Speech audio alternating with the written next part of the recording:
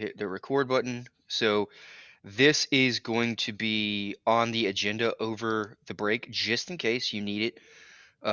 So everything I'm explaining here is, of course, going to be on the agenda, so you don't have to, worry about missing anything. So we have these catapults, right? So a catapult is different from a trebuchet in that instead of using gravitational potential energy to transfer into kinetic energy, we're using the stored up energy, potential energy in a spring that is in the form of a mousetrap, right? That's connected to a wood block. And on the mousetrap, right, there is a spoon sort of taped, and here's the spoon. And when you pull it back, right, it stores up that energy, that potential energy, and then when you let it go, of course, that energy transfers into kinetic energy and launches the projectile, which is what creates the shape of the parabola, right? So what we have here is a catapult, and we are going to be looking at two variables. We're going to be looking at the distance in this direction, right? The x direction. So we can call this x sub d. And we're also going to be talking about, who's that? Who just joined? Ariel, what's up?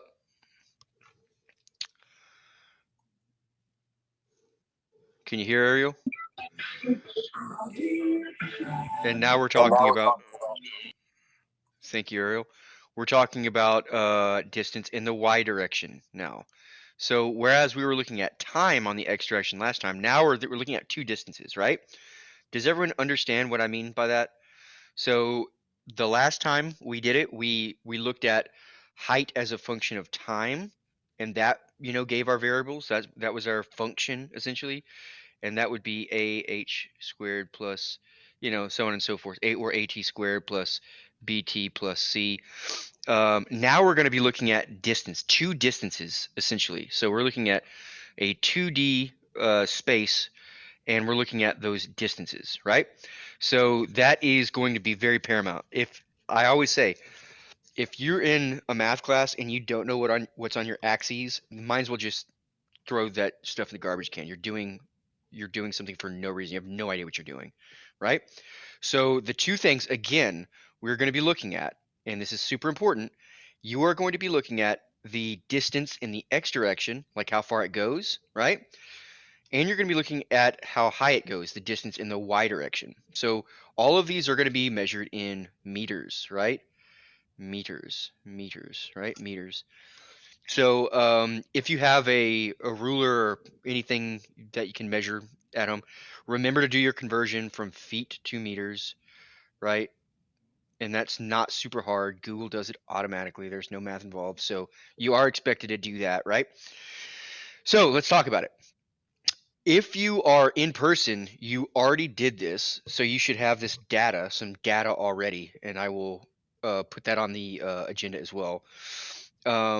You get this x direction distance, how far it goes, by simply launching it, launching ping pong balls, right? But instead of launching it one time, Leslie and Kenneth, you don't launch it one time because one time, right, might go really super long and one time might go really super short. What we really wanted to do is get a picture of like, what is the most probable distance it's going to go, and we're going to do that by getting averages. So if you're at home, you're going to take your catapult and you're going to launch it 4 times at least, right? So let's do this together. So I'm going to put my catapult at what would be the zero, one of the zeros, right? So here's 0, right? And here's maybe 1 meter, 2 meters, 3 meters, 4 meters, and 5 meters.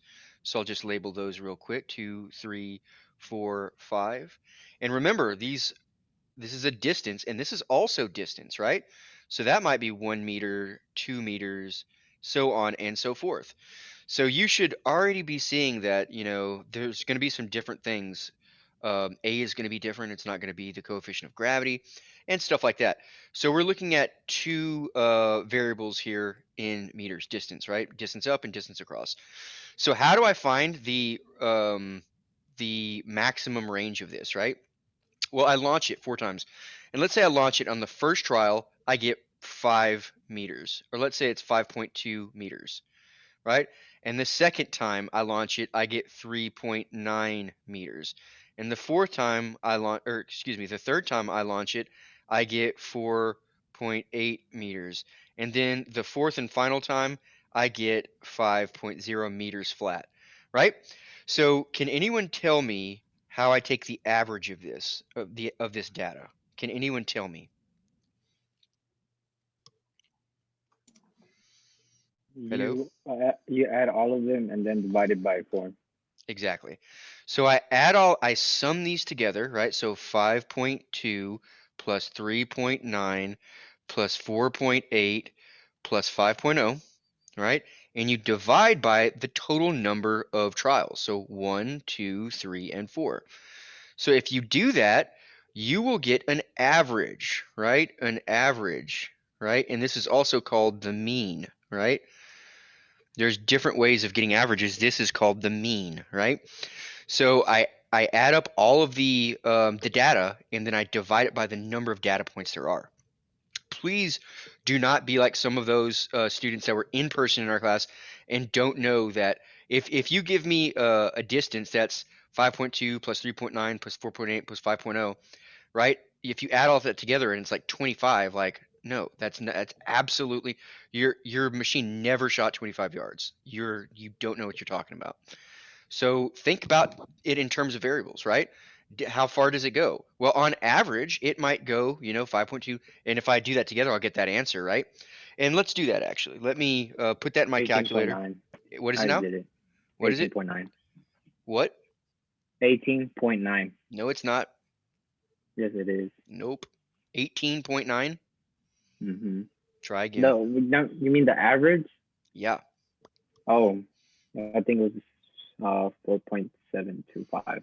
So 18.9 divided by 4 is what? 4.725. 4.725. Okay, there we Yes. go. 725, right? So maybe 4.73. So this right here is the average, right? That's the mean, that's the average, right? That's the mean, that's the average. Who is here? Someone just texted that they're coming to drop off their catapult or their trebuchet and pick up their catapult. I have no idea who it is. Oh, it's Emily. Okay, so we've got this. So that is the distance in the x direction, right? So now that I have that, and I'm going to be clearing this, now that I have that, what can I do? So think about that. I have 4.73 as my distance in the y direction. So that's this way. Oops. Let me get this set up here. There we go. So we have that, right? We have this. All right. So someone chime in and tell me what I can do if I know that. What else can I discern from this graph? Can anyone tell me? Use your noodle. So remember, it went one, two, three, four, five. So it went about this. That's the average. What else can I do with this now that I know that? You can find your middle point. Exactly, right? So if I launched right here at the origin, 0, 0, that is one of the zeros, right? Right? And this point is also a 0. This is 4 point, what was the number again? Someone refresh me. 4.2 some, I don't remember. 4.725. 4.72? Okay. Whoops. It should be out here then. Let's just use 4.2. Let's say this, right? This is for the point 4.20, right? That is also a 0. So if I know two zeros, this parabola, the highest point is going to be, oh, I did that real wrong, but the highest point is going to be right in the middle of those, is it not?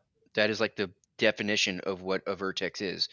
So how do you think I can find this point right here, also called the axis of symmetry? How would I be able to do that? You divide 4.2 by 2. Exactly. I would divide 4.2 by 2. And I hope everyone can see what that is, right? What is 4.2 divided by 2? 2.1. Exactly. So 5. at this point, 2.1, right? At when x is 2.1, right? What is y? So what is that point right there? If I know this, right? This is the point, this point right here is point 2.1, comma, something. What is this point called? Hello? What is that point called? Everyone should know that. What's this point called? Vertex. Vertex. Yeah, that's the vertex. That's the vertex, right? All right. So to get this number right here, y, how high it goes, guess what we're going to do? Once you have your midpoint, here's your midpoint right here. All you have to do is take your catapult, right? And do this. I'm gonna clear this. My midpoint is 2.1, right? You take it to the right side. Here we go. My midpoint is 2.1. So what I'm gonna do is I'm gonna get out my ruler, my whatever I'm using to measure, and I am going to set up my catapult facing a wall. And I'll show you why. And how far away from the wall are you going to face it? Or are you going to put it? 2.1, right? So right here, your catapult should be the midpoint, 2.1, right? Meters.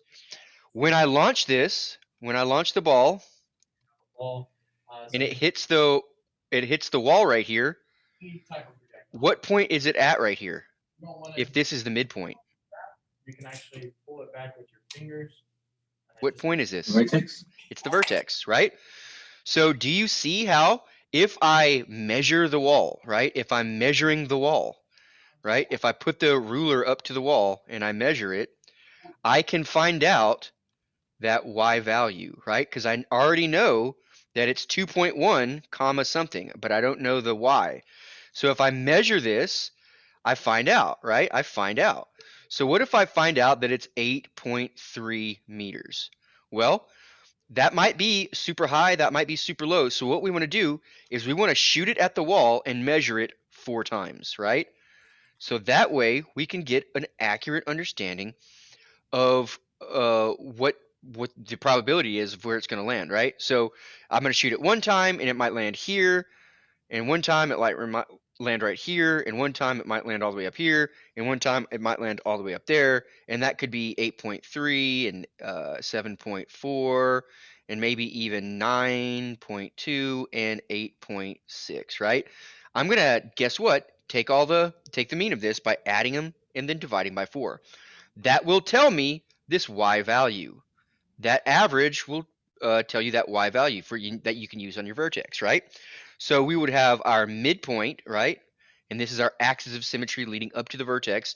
And by measuring the wall, right, where you shoot your ping pong or your projectile rather, whatever it is, you will hit the wall, take average 4 trials on that, and that will give you this y, right? So I'm going to do that right now. I'm going to um, add these together. 8.2 plus 7.4 plus 9.2 plus 8.6. That's 33.4 divided by 4, of course, and it's going to be 8.35, right? So the average of this, right? So I think that's how you say average in math, right? Is 8.35, right? So 8.35 would be my y value, right? So in xy, and this is my x value.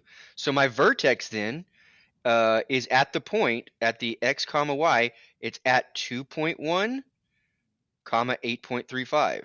This is my vertex. This is my vertex, right?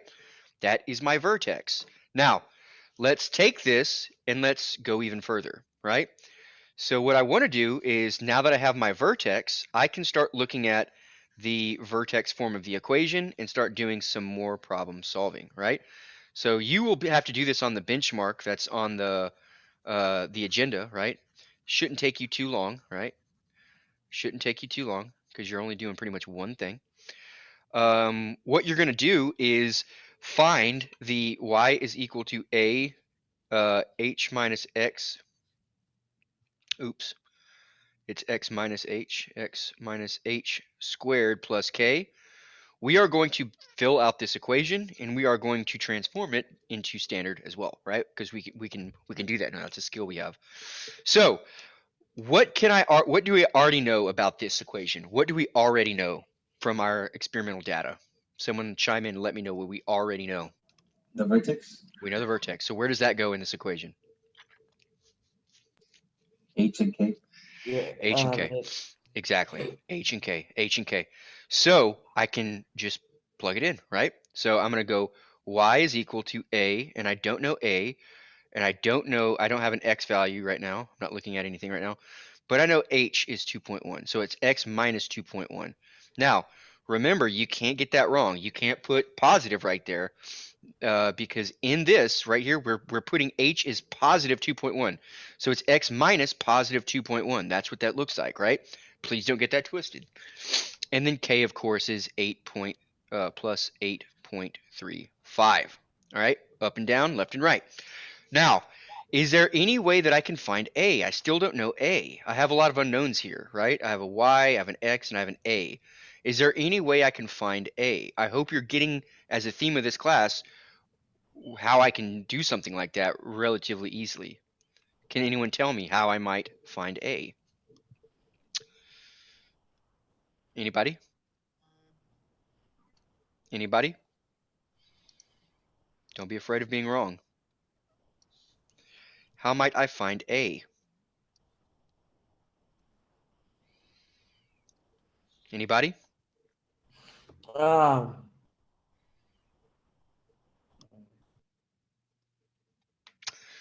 Well, is there any way to use algebra to find one unknown when I have other stuff that I don't know? Like how would I solve for a if I don't have other I'm missing too many things. Let me rephrase that. Is there anything I could put in this equation that I know? It goes back to the fundamental question, do you know what is on the axes? Anyone? What can I put in here that I know? I know more stuff. I simply know more stuff. What do I know? Let's list it. I know the zeros, don't I? I know the vertex. So how can I use that information, right? How can I use this information? How can I use this information?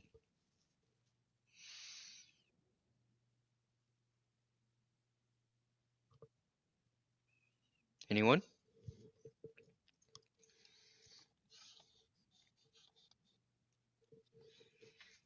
How can I use this information, y'all? What can I do? Plug in the 4.2 Yes. Where? A. I mean Y. Try again. You're getting close. There's only one left. X. X. Did you guys hear what I said? So this is the reason why we put it on X is because that is this distance here on the X axis, right? And this is the Y axis. So when X is equal to 4.2, what is Y equal to? It's this point 0. When I go 4.2 meters this way, how far up and down am I? It says it right there. How far up and down am I? At this point right here. 0. I'm 0. So I'm 4.2 meters away, left and right, but I'm 0 meters up and down. So X is my left and right. So all I have to do is input. At 0 up and down, I know I'm going to be 4.2 meters away.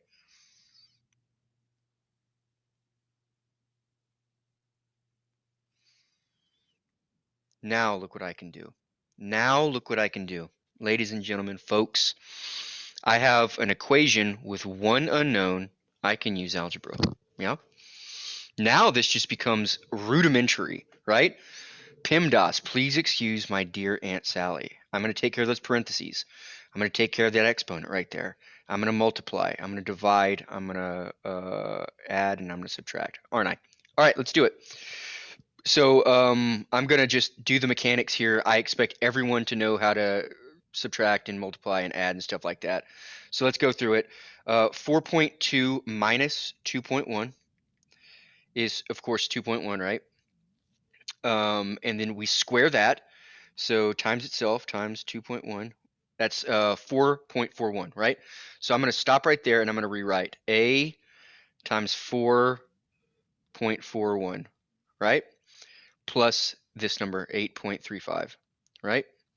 So I'm going to have to start moving stuff around. I'm going to have to start taking this and moving it over here. So that is going to be negative 8.35 is equal to A times 4.41, right? So we're almost there. How did this get over here? Well, I subtracted from both sides, right? Making it a negative over here. I hope everyone is going to see that A is now going to be negative, and there's a good reason for that. You should already know, like, oh, thank God it's negative. If it was positive, you know you did something wrong, right? So I have negative 8.35 is equal to A times 4.41. And to get A by itself, of course, I'm doing the opposite operation. Instead of multiplying by 4.41, I'm going to divide both sides by that number, 4.41. And I'm going to rewrite. So A is equal to this number, negative 8.35 over 4.41. And let's figure out what we got here, right? So I'm going to type that in, negative 8.3. I got 1.89. Nice. So 4.41. So yeah, we have an A value of 1.89. Yeah, an A value of 1.89. 89. So we are going to take that and we are going to put that back in the original equation where it goes. Yeah. So I'm going to change the color and we are going to write the equation, right? Finally. So this parabola in vertex form is given by the vertex equation. Y is equal to, now I don't have to put in any more values for y because I'm going to leave it generalized. For any y term, I can find that y term by inputting the coefficient, it's also negative, whoops, negative 1.89. Negative 1.89, almost negative 2, right? Parentheses, x minus my x value for my vertex, remember, right? So the left and right, that's 2.1, 2.1 squared plus the y value, the k, 8.35. Now we have a working, functioning model of our relationship here, right? And this is what we're going to be able to use to go to war, to shoot things, to move our catapults around, to make predictions. So when you come back, we'll be able to, sort of like fight each other, and I'll have a way of those of you at home doing this to also compete and do some cool stuff, make some predictions. Now that you have this, you know transformations, you know the effect of moving that catapult device 1 meter up, 1 meter back, so on and so forth. And we're going to use this data to see if we can't, be on the money when it comes towards shooting targets, right? Using math to predict, which is what this is all about. So this is what I expect everyone to do, right? The benchmark is over this specifically. It's benchmark 3. It's called the catapult benchmark. And I want you to go back and watch this video if you're still confused about taking the averages of how far it goes, getting the midpoint, putting that midpoint at the wall and getting a midpoint's distance away from it, shooting it at the wall and measuring how high it gets, right? 4 times, divide it by 4, and find out the height. So once you have that, you have the vertex, and then go in and throw a 0 in, which you know, and then solve for your A, go back and make the entire equation, right? So lots of steps, but everyone can do it because we've already done this before. Before we move on, let me stop and see, does anyone have any questions about what I'm asking you to do? Confusion, concerns, anything? What's up? No, sir. Everyone good?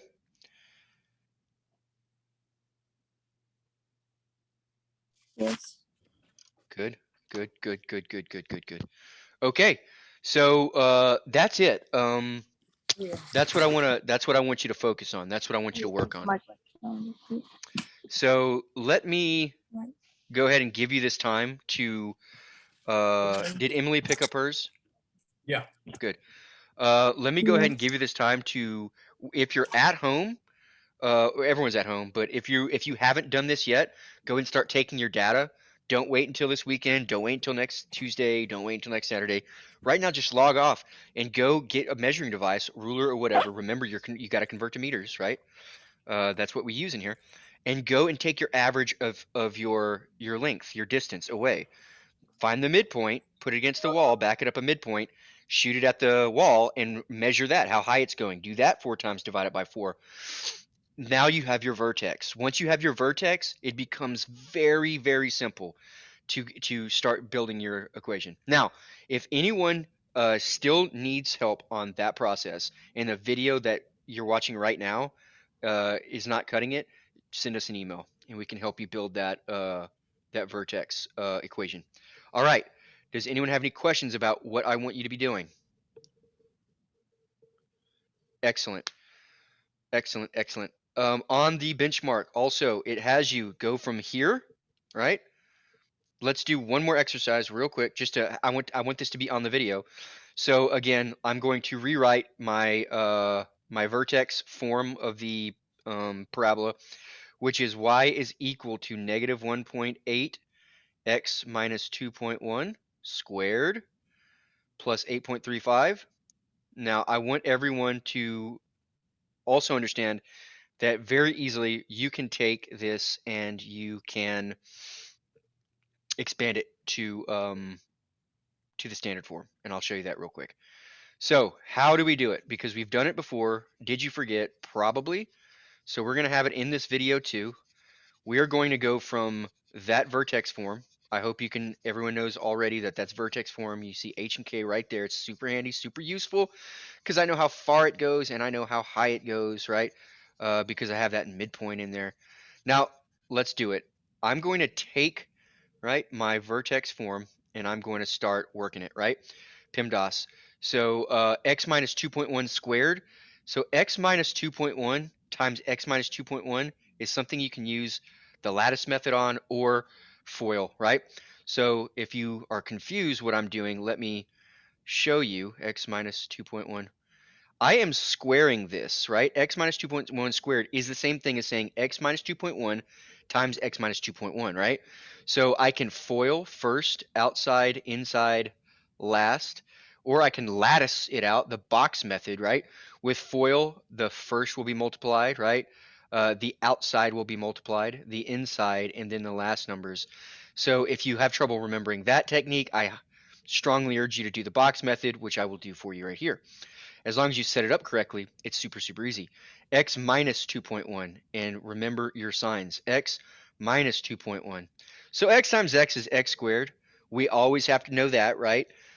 That's an x squared term. So we've got inside this parentheses, we have x squared already. And we have minus 2.1 times x. That's minus 2.1 x, right? And then we also have minus 2.1 times x. So we have minus 2.1 x, right? And then we have minus 2.1 times minus 2.1. What's going to happen when I do that? Can anyone tell me, please?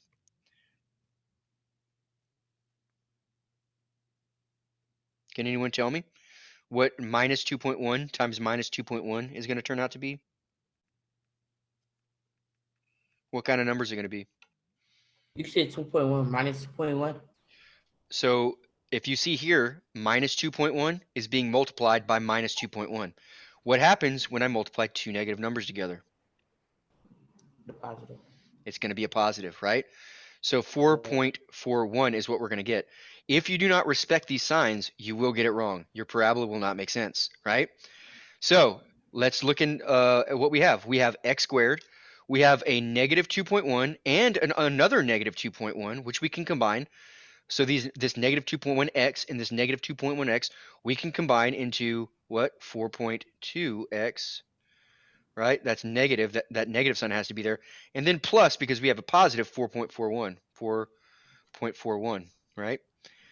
And this will all be in this video here for you, and you can go back and you can check that you are doing it right on your own parabola when you're going from vertex to standard form. So now inside this parentheses, instead of saying x minus 2.1 squared, now in that parentheses I've expanded it. X squared minus 4.2x minus 4.41 or plus 4.41. And now all I have to do is simply pick up where I left off. I still have that value, and I still have to multiply these by a. So I hope you see that we have not done that yet. This number and this number have not been we have not done all we can do with it. So we are going to do what we call distributing this number into this whole term, which means I have to multiply. So it's going to look like this. Y is equal to negative 1.8x squared, right? Because that's negative 1.8 times x squared. All right, now pay attention. Negative 1.8 times negative 4.2x. What's going to happen when I multiply this negative by this negative? What is the outcome going to be? A negative times a negative is going to equal what? The positive. A positive, right? So I'm going to put that plus sign plus 1.8 times 4.2x. So 1.8 times 4.2 is 7.56x, right? That's how many x's I have, plus 4.41. So negative 1.8 times 4.41. So 1.8 times 4.41, and a negative times a positive is going to be a negative. So I'm going to back up and I'm going to put that negative sign right there. So that is going to equal 1.8 times 4.41 is going to equal 7.9. So minus 7.9. Good. We have just distributed negative 1.8 into that entire expression. And now the only thing left is we add that 0.835, which we can simplify, right? We can add these together, right? So I'm going to do that right now. Y is equal to negative 1.8x squared plus 7.56x minus, and I don't know if it's going to end up a minus because I have this negative 7.8 and I have to add positive 8.3, right? 7.9, so negative 7.9. So if you type that in your calculator, I hope you see that negative 7.9 is not as big as 8.35, so it's going to tip us back over into the positive, which makes sense. That's good, because if this was negative, I'd be super concerned, because if you know what that number is, you know that it can't be below the freaking ground, which is what a negative means. So I'm going to do negative 7.9 plus 8.35, and that's going to equal 0.45. Yeah, so that's going to equal 0.45. Let's see, plus 0.45. There we go. And here we have it. This is it. This is the standard form equation. Y is equal to 1.8x squared plus 7.56x plus 0.45. There we go. One interesting note here that we didn't know before, we have this right here, which we didn't know before. What is this? 0.45. Remember, we have y is equal to ax squared plus bx plus c. And if you remember the parts of this, a was the gravity term, b was what? Something else, linear term. What is this c right here? What is 0.45? How high the table was too much. Exactly. Exactly. That's that starting point that we did not know before. Amazing, huh? So once we have all this big picture, we can start making predictions. We can start saying things about reality, right? Just like what gentleman just said. We know things about our equation that we didn't before by being able to fluently work through these. I know when you look at this, you're like, damn, that looks like a wreck. Look at that. But everyone can do this, all right? Everyone can do this. Nothing here was harder than multiplying things, adding things, and subtracting things. It's all there. This video is here for you, right? So this week, I need everyone to be on the same page with a catapult vertex equation and a catapult standard form equation, and I want to see your data too. So do the benchmark. It's going to go up right now. It's called benchmark 3, and I'm going to put this video up with it. Step by step, it'll walk you through that process. Watch this video for help as well if you need to go back and if you forgot like how to do the height measurement in the y direction. Go ahead and click this video. All right, before I let you go, Any final questions, confusions, anything? No, sir. Ariel, how about you? Leslie, how about you? No, I just joined late because I had to drop my trebuchet off to get my Mm-hmm. Mm-hmm. new one. So I'm just gonna go back and look at the beginning of the video. Very good. All right, I have no doubts that you will be able to follow along because it's literally just the same thing that I've been saying. Okay, so everyone has a trebuchet, or excuse me, has a catapult kit, and it's all going to be good. Give us a call, give us a message if you have any questions about this. When we return, I expect everyone to have this vertex and standard form equation of this catapult so that we can start launching things at, little toy castles and stuff like that and play a big game, make it a competition. I love it. All right, guys, I will see you. We will see. Mr. Rez, do you have anything actually? No, that's it. You Let's got it. go. All right. Well, if you don't have no other questions, we will see you on Monday at school or in person at 1:30. Peace. Next Monday.